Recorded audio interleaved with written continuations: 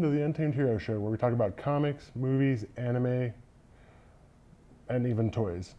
And this time we're talking Avengers Endgame. This would be part 2, but this one is all the spoilers and everything that we felt. So yeah, emotionally. I'm Patrick Smith, also known as the Page Crusader. I'm Ryan Johnson, also known as that other guy. Yeah, so Avengers Endgame. So how I really felt about it, for what it was, 3 hours, it was a great movie. The build up for the action actually was perfectly timed. My expectations for the movie, I was expecting certain people to die, aka Tony Stark and Captain America.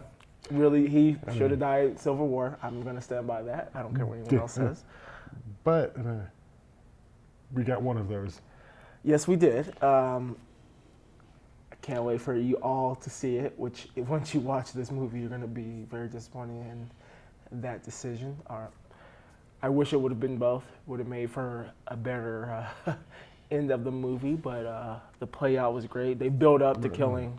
Yeah, and going back to that 3 hour runtime, like, it didn't.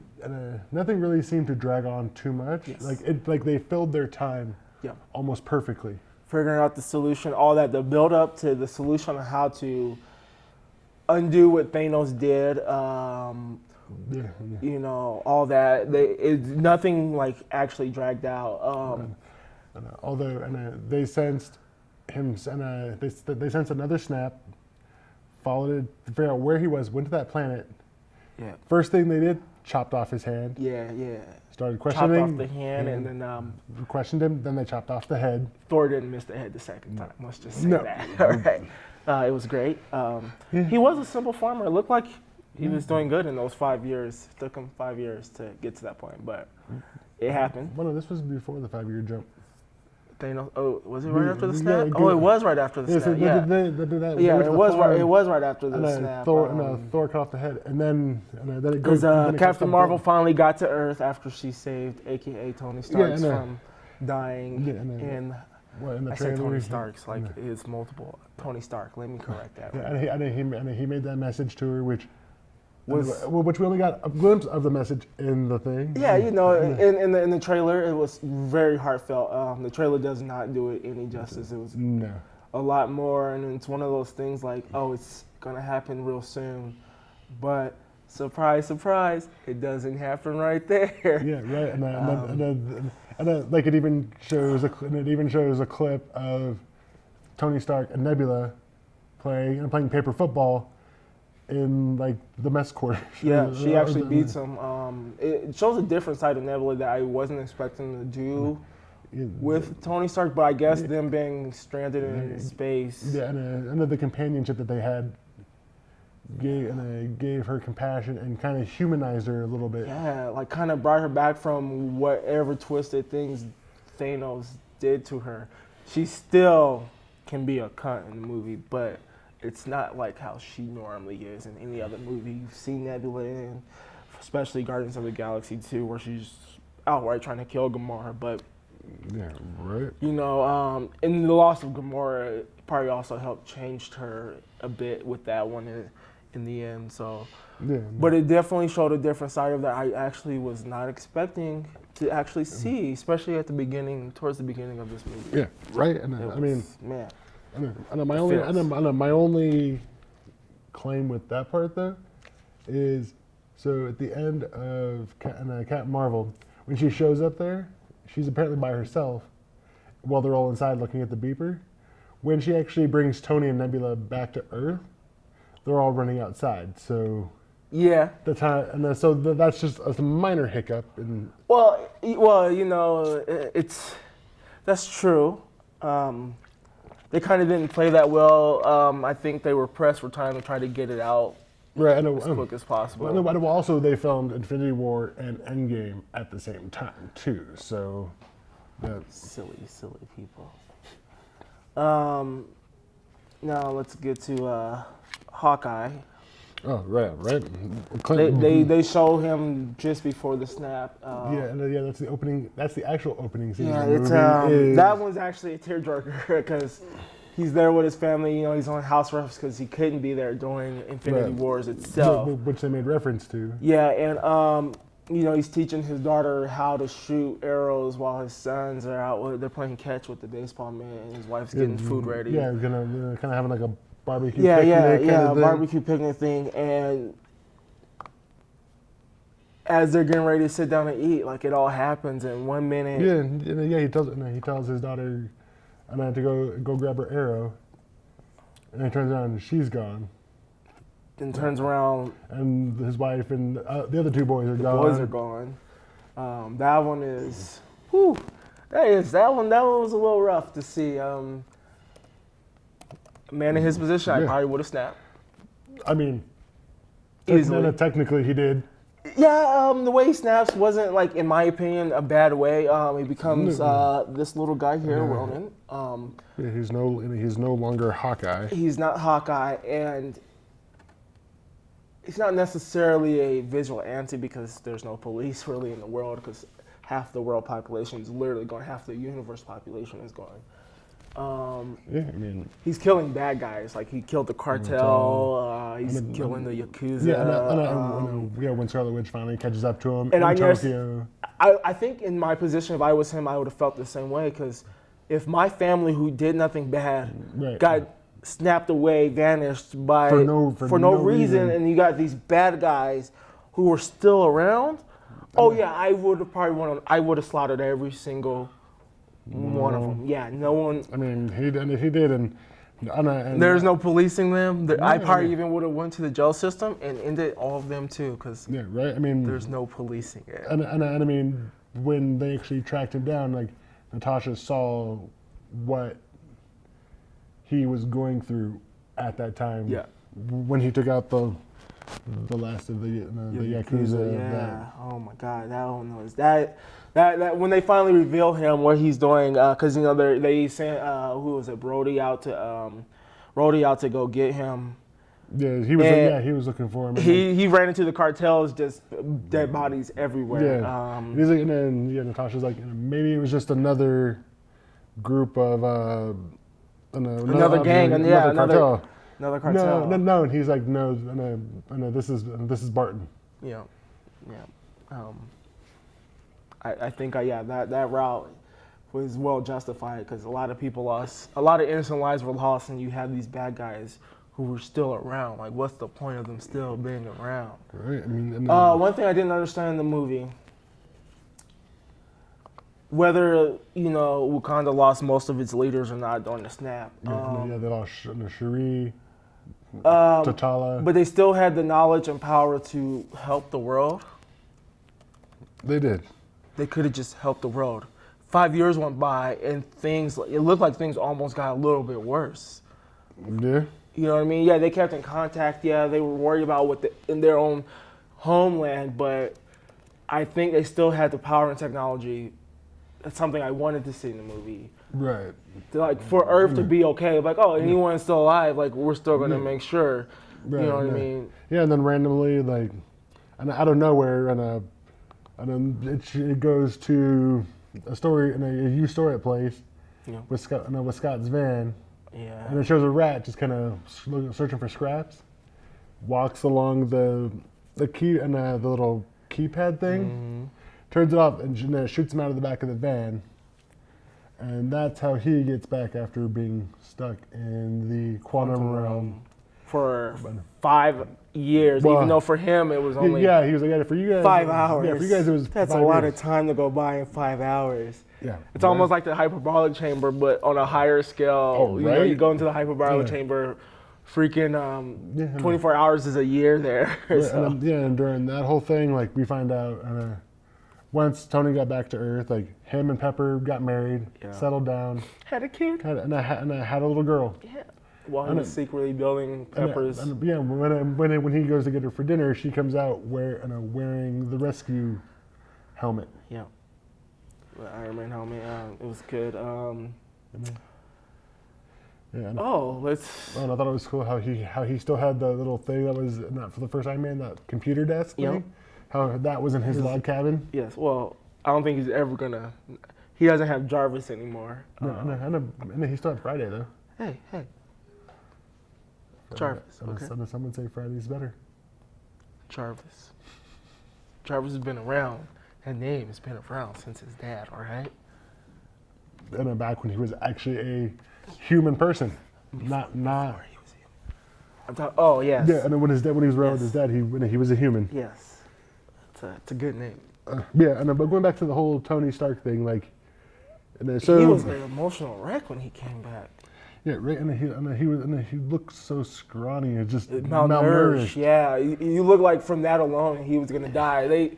They really build up on some things, and you're like, oh, this is going to be the time. And he risks his core off his chest his and arc reactor and gives it to Cap, and he's like, here, you want to do it? Do it. I'm done. Yeah, because he was there and he was very traumatized about. I mean, I know losing his friends. I know losing the one person he saw as a son figure, Peter, in his arms. It broke him. It did. It broke him. I mean, and the only person he had really to connect with was Nebula. Yeah. For who knows how, for what I think they said that it was 22 days on that ship. God, severely malnourished. He looked like, I mean, they made him look like he shouldn't have made it into that room. Yeah, right. How And he was in a wheelchair and everything. Yeah. And he looked like Christian Bale in The Machinist. Yeah. And, And then they hinted at that very well, the build up for that. Yeah. And then so after they're all dead, like, Scott Lang has the idea of using the quantum realm to go back in time before the snap. Yes. And then they go, and he has a basic understanding of it after especially talking with Doc Green, who at this point Bruce Banner and Bruce Banner's that's right. There's a build up. So when they body. bring Tony Stark back to Earth, there's a build up where there's where the time skip actually happens because Thor, everyone's still there. They take care of Thanos, all that, and then they thought they were gonna fix all this, but he had destroyed the Infinity Stones, and it was just the gauntlet. It almost destroyed him. He's limping, by the way, while tending to his garden. He's like really messed up, and they kill him. It's an easy kill. You see it, like it's too easy. And it's like it's like a mercy killing at that point. Yeah, shooting fish in a barrel for layman's terms. Yeah, and after they get Tony Stark back, then Pepper Potts and the family comes into the picture. This is a time skip. So it's 5 years later. It shows Tony with Pepper and Morgan, their daughter. Yeah, and then Scott Lang comes back. He's like, and it gives them the basic idea of using the quantum realm to time travel to grab the Infinity Stones and bring them back to undo what Thanos did in Infinity War. Which is funny. I believe Tony Stark already had thought about that, but he found no way to make it a back and forth trip because technically it was, in his mind, something random was going to happen. He wasn't going to come back. Right. Yeah. Well, yeah. I mean, like the random did happen when they tested it out without Tony. Right. When they were testing the time travel thing, like after Tony turned him down, he was like, "This is who I am now, and living in a cabin with my family, and still tinkering, as Tony is known to do." Yeah. But no, then they go back and they go and they use then they do some tests to try to around with Bruce Banner's mind to go and try a couple different things, and we see Ant-Man as a little kid, as a baby, as an old man version, and as a teen. So Bruce Banner is known as Dr. Green. If you don't know who this is, it's a different version of Smart Hulk. Yeah, it's Bruce Banner's mind in Hulk's body, sort of. It's like half the size. Yeah. without all with. The rage is there, just not harnessed as straight, pure, unbridled rage. Yeah, then it's more just like, I don't know, mild super strength Yeah. than actual Hulk mode. Yeah, he's all this celebrity. He gives autographs to kids. People love who he is. Despite what people are thinking, he chickened out. That's how they made him do it in Infinity Wars. Oh my God. Yeah, and then Ronan or Clint Barton does the test run where he goes back to the farm, and then here's his wife and daughter. And as he runs into the house, like the helmet comes back on, and he pops back into the test run. So when Tony Stark finally joins them, and because he figures it out while sitting there, he figures out how to time travel, and while talking to Friday on the computer desk thing. Yeah, and so he goes, and this is when they're doing their test with Bruce Banner and Scott Lang, and that's when they turn him into a kid. It's like. Did he experience being a kid and old man, which was great. Yeah, and then Tony shows back up and gives Cap back his Captain America shield. And he's like, don't go tell everybody, because I only brought the one thing. Yeah. But then they all split up into teams of 2. Yeah, they go there. They finally they get suits. They have enough juice left for everyone to do a return trip. And a jump trip and a return trip. Yeah, a jump trip and a return trip. So they go back to 2012 of the last third of the Avengers movie, when the T'Chari are attacking New York. Yeah, and they're like, no. Was it 2012, 2013? Yeah, it was 2012 for Avengers.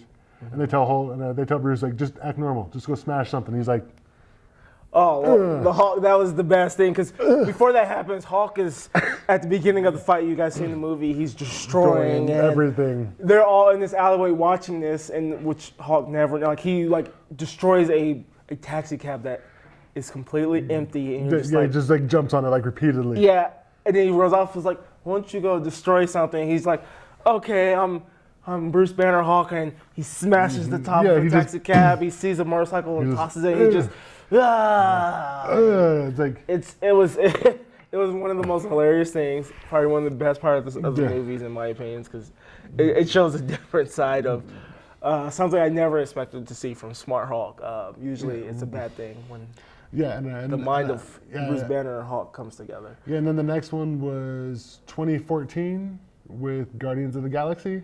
Yeah, I know where they get to Morgue right before Peter Quill does, and it's War Machine and Nebula, and then it cuts to Peter Quill dancing in the cave and singing. It's like, does he always look like a jackass? Oh, not jackass. It was an idiot. It's like, he's an idiot. Oh, yeah. I was like, yeah. And then he goes to do the slide thing, and just War Machine just punches him in the face. Yep. And knocks him out, and they get the Space Stone. Yeah. Because originally, before we continue, a lot of the Avengers thought it was going to be Back to the Future time travel, or just name any time travel movie. That's not how any of that worked, by the way. Yeah, I know, which is funny because Scott Lang was talking about they actually referenced Back to the Future. Time Machine, Hot Tub Time Machine. They threw so many movie references out for time traveling. Bill and Ted's Bogus Journey. Yep. And that's not how any of it played out. But then Thor and Rocket go to jump back into the time of Thor: The Dark World. Yeah, for the ether. And we got a cameo from Natalie Portman, which I wasn't expecting. I didn't even care about that. Well, I didn't either. Because I knew where they were going to get the ether from before it became the stone. But because of the movie. But the interaction. So, first of all, Thor and Rocket, Dad bod Thor and Rocket sneaking past Loki in the cell. And as he's flipping the cup. Yeah, was the most amazing thing ever. And I thought it was funny when Tony first sees Thor, and he's like, I'm going to move it, Lebowski. Yeah, yeah. We're referencing the Yeah, Big Lebowski yeah. because he looks like the dude. The dude playing the dude. Disguised as a dude. But Thor's interaction with his mother before she died. Yeah, no. He finally, he wanted to tell her, but Yeah, she made him shut his mouth. Yeah, he got some form of closure. Also, he. And so he puts his hand up, and Rocket's like, "Oh, no, we gotta go." And then, just give me a sec. Just give me a sec. Yeah. His mom's like, "Sometimes it takes a minute." Yeah. And boom, and Thor gets Mjolnir back. It wasn't even just that for him. He was like, "I'm still worthy. I'm still worthy of Mjolnir," and it plays a big important part in the final battle of the movie. Yeah, It was great. And where was the next jump to? Well, so we got to go back to when Tony, Captain America, and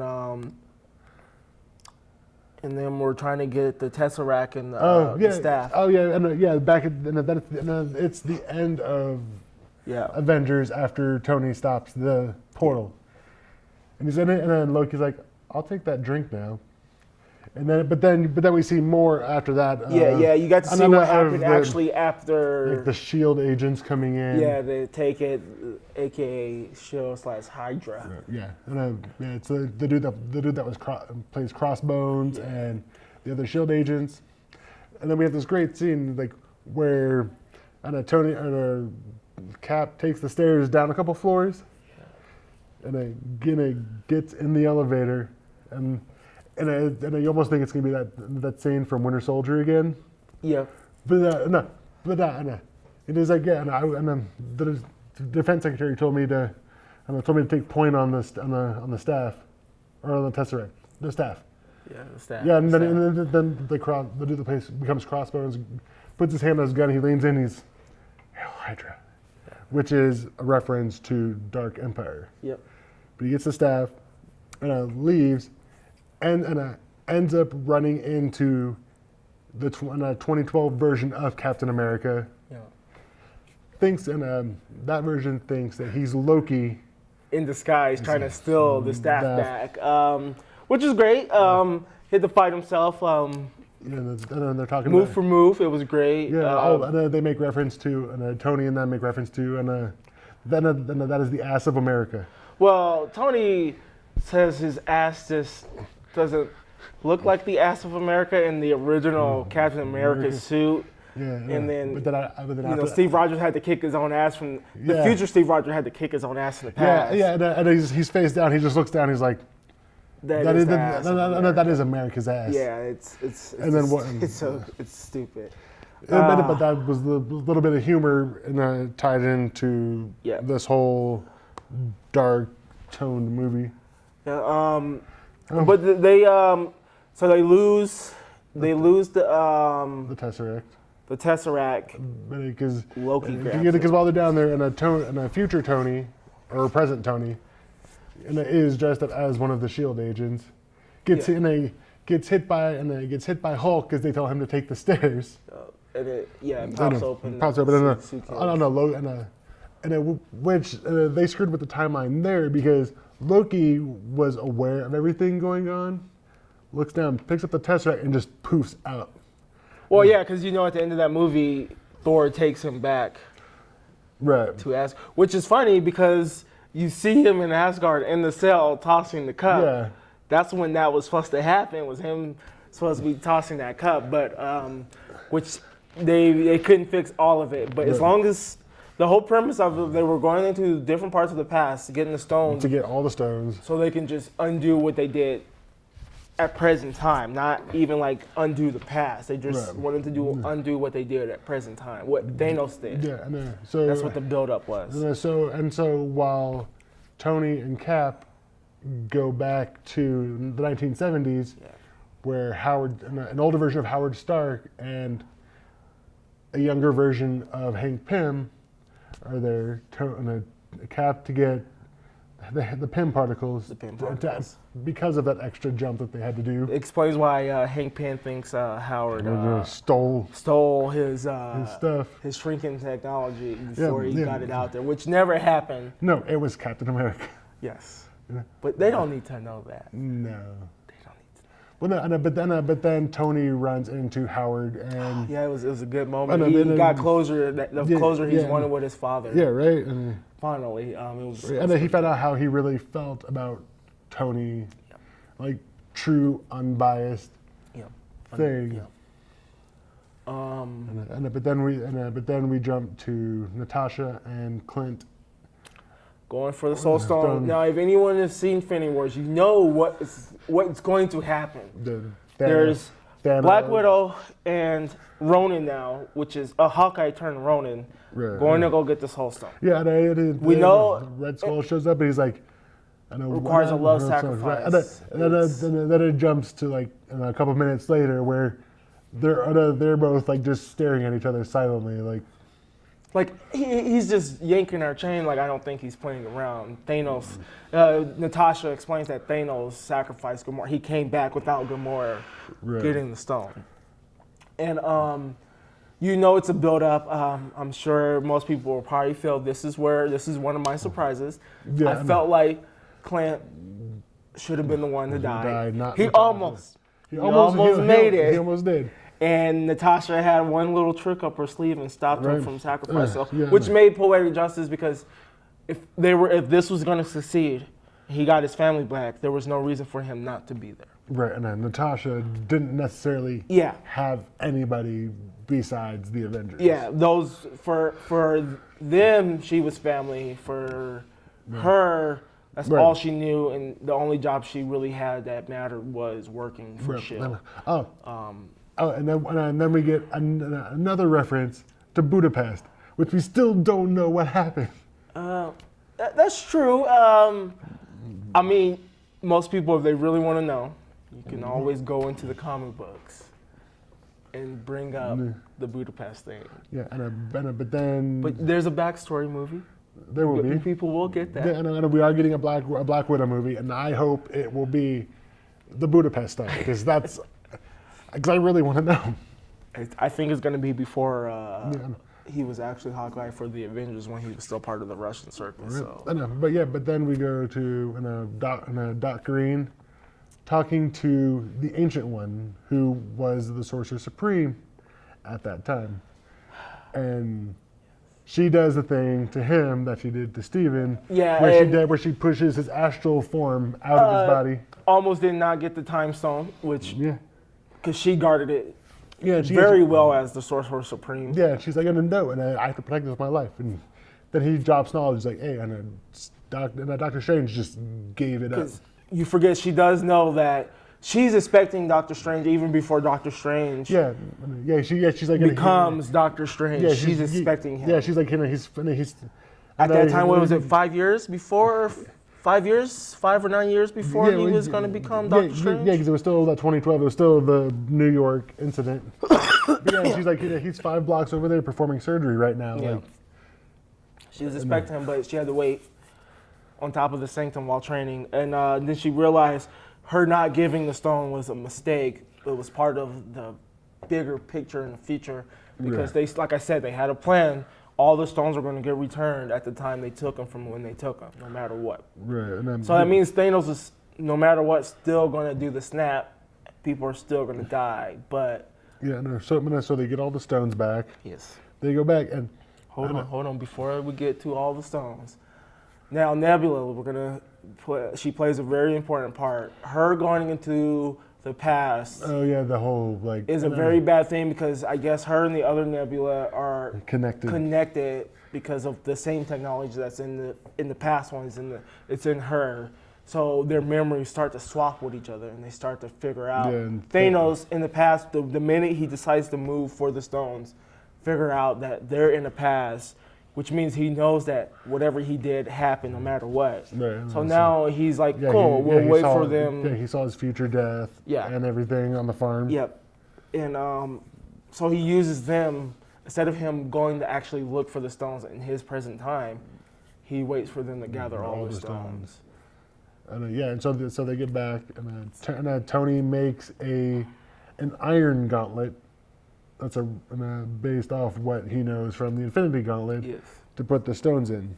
Yep. Then they have a conversation of who will wield it, and Doc Green's like, well, all this is really based off gamma radiation. So I was kind of built for this. Yeah, and he also felt he had the strongest body that could withstand it, which Right. he's not wrong. There could have been one other, in my opinion. Originally, I thought it was going to be Captain America because he's one of the better minds to wield it. But lucky they did have Bruce Banner's mind in Hulk because you don't want to actually give the Hulk the power of the Infinity Gauntlet whatsoever. No, I know. Never. But he did get the snap off. Yep. He Brought everybody back. present time. Yeah, But he undid not- everything Thanos did, but present time. It wasn't like he did a time skip and went back at the beginning of that staff. No, he brought everyone back.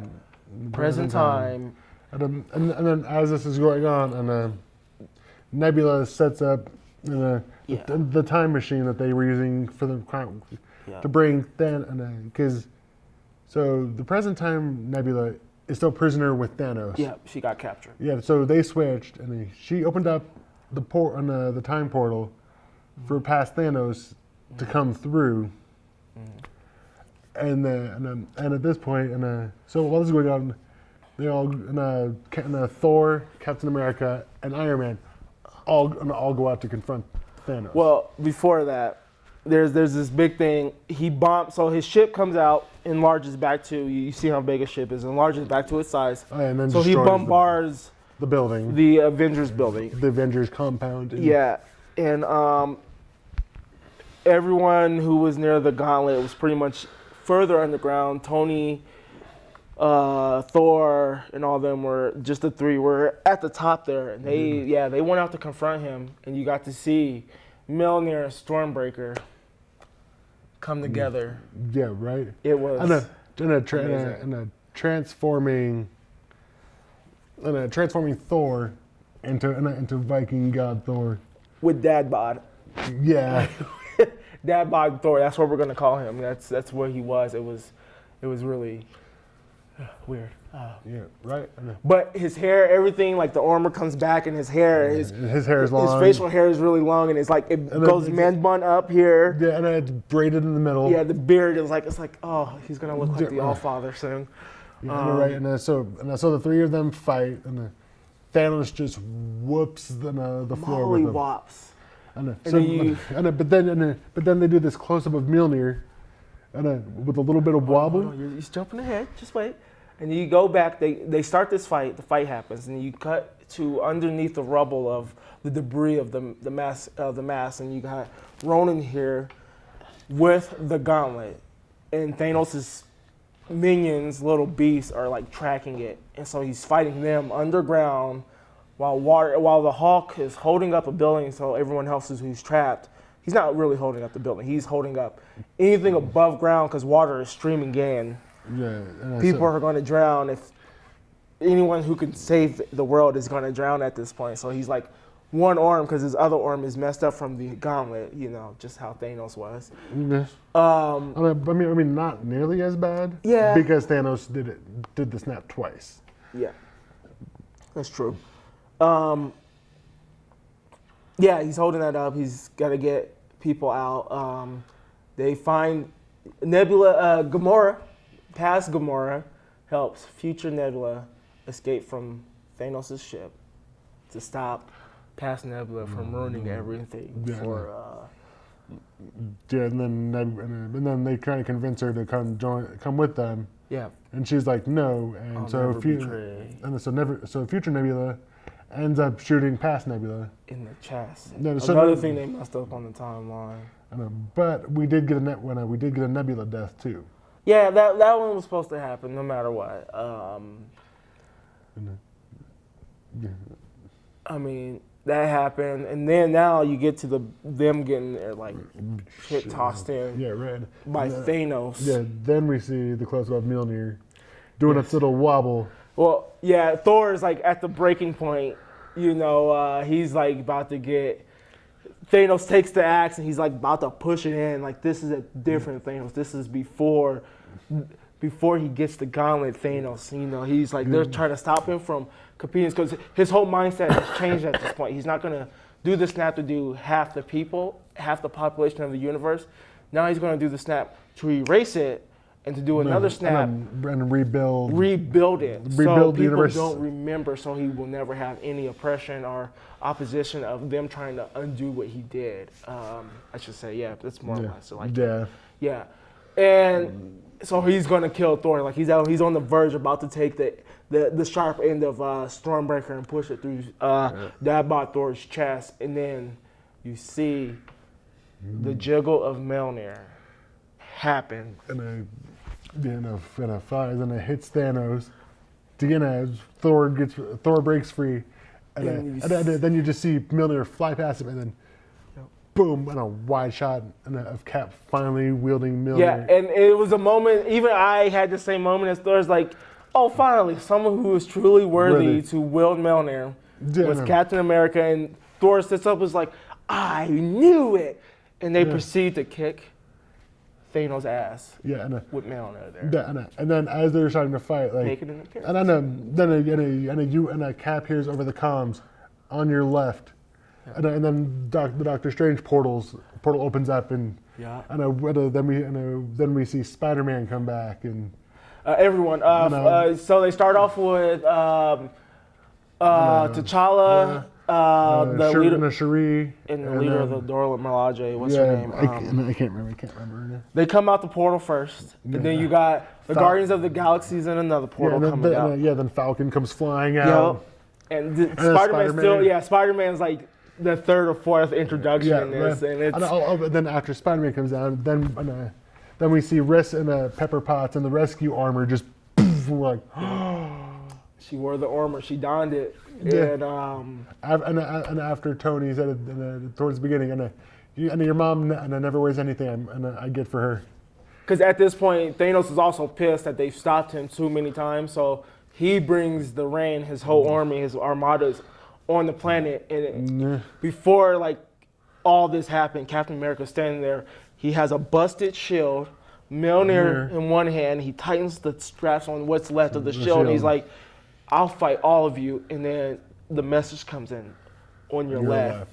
And Doctor Strange brought everyone, all the sorcerers, all the Wakandan kingdoms, everyone that can help out, defend Earth, because Thanos at this point, he's like, fuck Earth, I'm not even going to spare Earth, I'm going to wipe it out. And so the big battle comes. Then all of a sudden, when you hear the line that you've been waiting for since the start of the Avengers team. Avengers Assemble. By Captain America. I mean, they've taken a while to finally get it out there, but it was the perfect time. Mind you, Captain Marvel is not here. She went away after the 5-year time skip to go help out other parts of the universe, because Earth is not the only planet going through what Earth went through. And whatnot. So after everybody's fighting, eventually Captain Marvel shows back. Hold on. Wait. There's Scarlet Witch. She comes out. She is pissed. Scarlet Witch, Gamora comes down with Nebula. They do like a femme fatal. If you guys don't know what femme fatal is, that's where the female teams, like all the females from all the different teams, come together and they like march forward into battle, because Thanos is like this close to get in the gauntlet. And then Janet just kind of leaves Hank Pym at the van. Yeah, he's supposed to be charging this thing and whatnot, but the ultimate battle, Scarlet Witch came hard at him. She messed him up. It's something that should have happened, for me, in my opinion, to other people in Infinity Wars, was her doing that. But it was great. It was amazing, and it happened. And then the build-up, Thanos gets the gauntlet. He's getting ready to do the snap. And Captain Marvel shows up and flying through Thanos. Captain Marvel shows up and she's like holding him off from snapping his fingers. She's like bending his fingers back. He can't like take her. He headbutts her. She doesn't even flinch. Nothing moves. Like she had the best entrance out of all, because she wasn't dead. So she shoots through his ship and destroys the last bombardment he's going to have. Like he's bombarding his own guys at this point, because he's Mad Titan, he's losing it. You know what I mean? And she destroys all that, stops the bombardment, because they're like, oh, something's coming. Something big is coming. It's not good. And then he goes and headbutts her with all the stones in the Iron Gauntlet. Doesn't even flinch. And and he pulls the Power Stone out into his hand and just hits her directly with the Power Stone. That was the only way he was going to stop her because he couldn't stop her.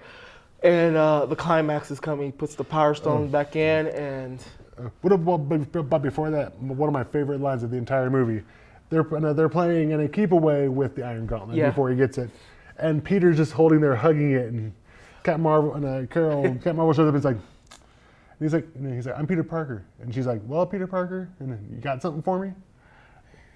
he has a turn. He's like, I don't know how you're gonna get through. Yeah, and then, boom, and then that's when we see the femme fatale. Yeah, the femme fatale is just, man, it was an amazing representation, bringing all the females, their strengths, and to kick ass like, oh, Pepper Potts, you look even harder with the suit on. Right. So after Captain Marvel can't stop Thanos with the gauntlet, Tony goes up there and tries to stop him. And after a little bit of a scuffle, Thanos knocks him down, and he's like, I am the inevitable. Goes to do the snap. Surprise, nothing happens. And then he turns the gauntlet around. All of the stones are gone. And then it cuts back to Tony holding his right hand up, and you just see the 6 Infinity Stones just rising up. He's like, I am Iron Man. He does the snap. Thanos just realizes that he lost, goes and sits down and just waits. Yeah. And then, as he's waiting, it does a pan of like all of Thanos' people, Black Order, the T'Chari. I would say it changes the future, but technically it doesn't change how, like, Thanos, like I said, Thanos still is going to do what he did. He succeeds. Right. That's written in time. Yeah, but then it cuts to, then it shows a close up of Thanos as he just dusts away. And Tony Stark is the one who dies. He sacrificed himself. That one I knew. It was how they did it. I didn't. But not before him getting his last words with Peter. I know. And Pepper. Pepper was sad. That was man. It was a heart wrencher. Knew it was gonna happen. I'm glad they gave it to her. Right. She even told Peter that it's gonna be all right. And she says her goodbyes and the breakdown happens. I knew Tony Stark actually wasn't going to make it through this movie. Captain America was my surprise survival. Yeah, then his arc reactor just fades out. Yeah, and that's when it's almost like a fizzle. I was like, it was his heart going like, oh, it just. Yeah, not even a heartbeat. Just. Then after that, they fade to black, and then come back to Tony's funeral back at the cabin. Before that, everyone does come back. All the people, all of them. They show Peter going back to school before the funeral, seeing his friend, all that family. Yeah, families running into family. Everything. Clint running back and hugging his family and everything. Scott with his family. With Janet and his now teenage daughter Cassie Lang. Yeah. And forgot she was not that much younger, and I just remember seeing her in Ant-Man. I was like, she was such a little girl in the first Ant-Man. Yeah, I mean, and then she's probably like 9 or 10 in Ant-Man and Wasp. And now she's like 16. Somewhere around there, 16 or so. Looks like a grown woman, but right. Yeah, but then we get the funeral of Tony's closest friends. So we see Peter with Aunt May, Clint's there with his family. And they pretty much go down the list of everyone in order how they pretty much brought them into Avengers. And then that little kid from Iron Man 3 that helped remake the suit that everybody just kind of forgot about. But Kevin Feige and the guys at Marvel won't show you something without it coming back, because everything they show you, if they spend time on, has a relevance. So even he's at Tony's funeral. Yep, a lot older. He's a lot older at the funeral. Yeah, he's like 7. And then probably 18. The last person they show, the last person they show is...